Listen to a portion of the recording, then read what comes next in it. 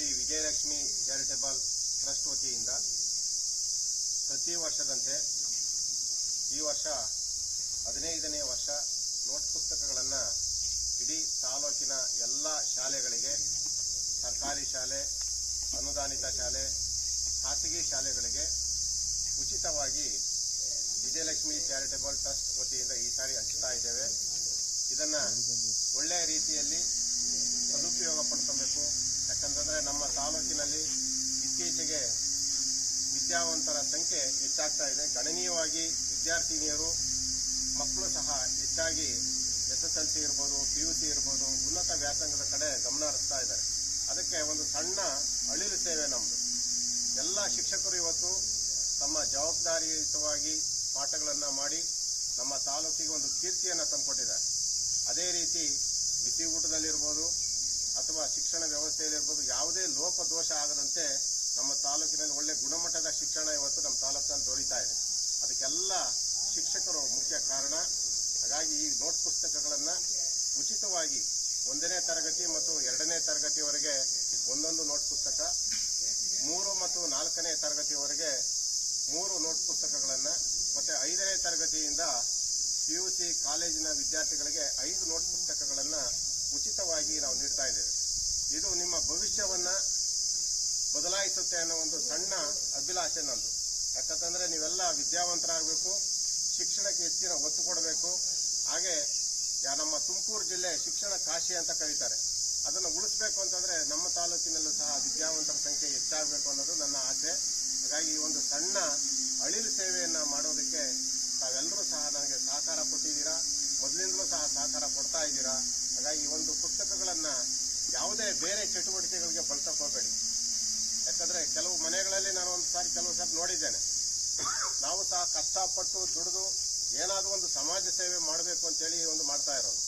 ಅದನ್ನು ತಾವು ಓದು ಬರಹಕ್ಕಾಗಿ ಈ ಪುಸ್ತಕವನ್ನು ಕೊಡ್ತಾ ಇರೋದು. ಕೆಲವರು ರಂಗೋಲಿ ಮಾಡೋದು ಅಥವಾ ಬೇರೆ ಲೆಕ್ಕ ಪುಸ್ತಕಗಳನ್ನು ಇಡೋದು ಅದೆಲ್ಲ ಮಾಡೋಕ್ಕೆ ಹೋಗಬೇಡಿ.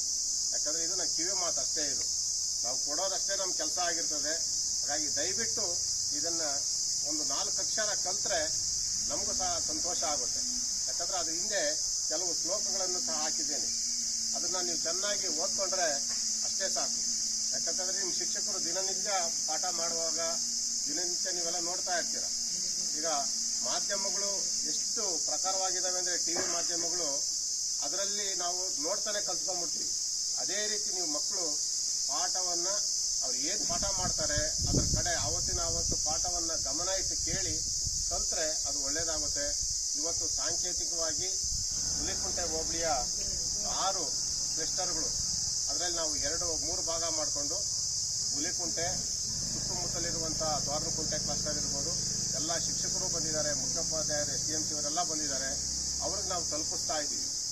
ಈ ಮೂಲಕ ನಾವು ಎಲ್ಲ ಶಿಕ್ಷಕರು ಕೇಳ್ಕೊಳ್ಳೋದು ಏನಂತಂದರೆ ಈ ಪುಸ್ತಕಗಳು ಸರಿಯಾದಂಥ ರೀತಿಯಲ್ಲಿ ಸದ್ಬಳಕೆ ಆಗಬೇಕು, ಎಲ್ಲ ಮಕ್ಕಳಿಗೆ ತಲುಪಬೇಕು ಅನ್ನೋದೇ ನನ್ನ ಆಸೆ.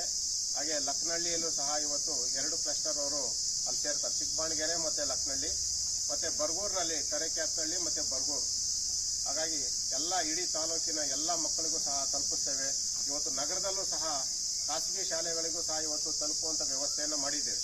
ಅಲ್ಲೂ ಸಹ ಒಂದು 5-6 ಜನ ಬಿಟ್ಟು ಹಂಚಿಸ್ತಾ ಇದ್ದೇವೆ. ಹಾಗಾಗಿ ಇದನ್ನು ಒಳ್ಳೆಯ ರೀತಿಯಲ್ಲಿ ಉಪಯೋಗಿಸ್ಕೊಂತೀರಾ ಅಂತೇಳಿ ನಾನು ಭಾವಿಸ್ತೇನೆ. ಎಲ್ರಿಗೂ ನಮಸ್ಕಾರ. ಎಲ್ಲ ಶಿಕ್ಷಕರಿಗೂ, ಮಾಧ್ಯಮ ಸ್ನೇಹಿತರಿಗೂ, ವಿದ್ಯಾರ್ಥಿಗಳಿಗೂ ನಮಸ್ಕರಿಸಿ ನನ್ನ ಮಾತು ಮುಗಿಸ್ತೇನೆ. ನಮಸ್ಕಾರ. ಕಾರಣೀಭೂತರಾದ ನಮ್ಮ ರವಿ ಕಲ್ಕೆರೆ ಸರ್ ಅವರು ಈ ಒಂದು ವಿದ್ಯಾದಾನ ಬಹಳ ದೊಡ್ಡ ದಾನ.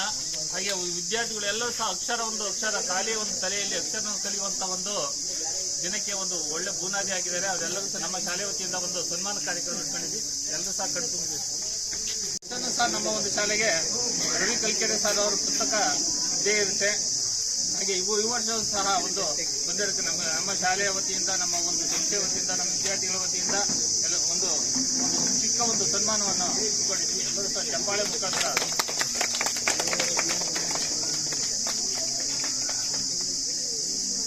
ಹಾಗೆ GHPS ಚಿಕ್ಕಲುಕುಂಟೆ ಸರ್ ಸಹ ಬಂದಿದ್ದಾರೆ. ಅವರು ನಮ್ಮ ಒಂದು ಶಾಲೆಯ ಒಂದು ಎಲ್ಲ ಒಂದು ಚಟುವಟಿಕೆಗಳು ಸಹ ನಮ್ಮ ಒಂದು ವಿದ್ಯಾರ್ಥಿಗಳಿಗೆ ಒಂದು ಚಿಕ್ಕಲುಕುಂಟೆ ಶಾಲೆಯ ಒಂದು ಫೀಲ್ಡಿಂಗ್ ಸ್ಕೂಲ್ ಆಗಿರುವಂತಹ ಚಿಕ್ಕಲುಕುಂಟೆ ಅವರಿಂದ ವಿದ್ಯಾರ್ಥಿಗಳನ್ನು ಕಳಿಸಿಕೊಡುವ ಮೂಲಕ ನಮ್ಮ ಶಾಲೆ ಒಂದು ವಿದ್ಯಾರ್ಥಿಗಳನ್ನ ಹುರಿದುಂಬಿಸಿ ಒಂದು ಕಳಿಸ್ಕೊಟ್ಟಿದ್ದಾರೆ. ಅವ್ರಿಗೂ ಸಹ ಒಂದು ಸನ್ಮಾನ ಕಾರ್ಯಕ್ರಮ. ಹಾಗೆ GHPS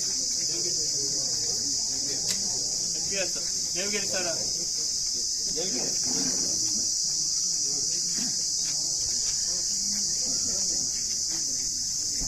ಹಾಗೆ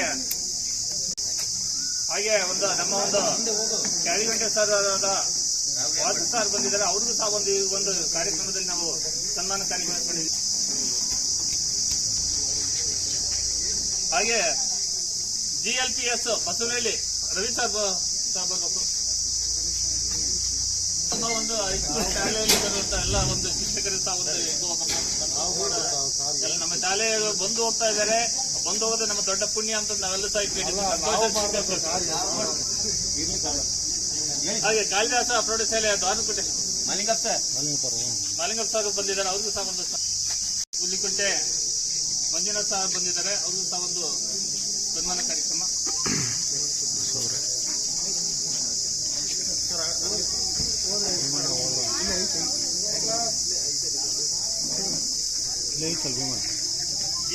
GPS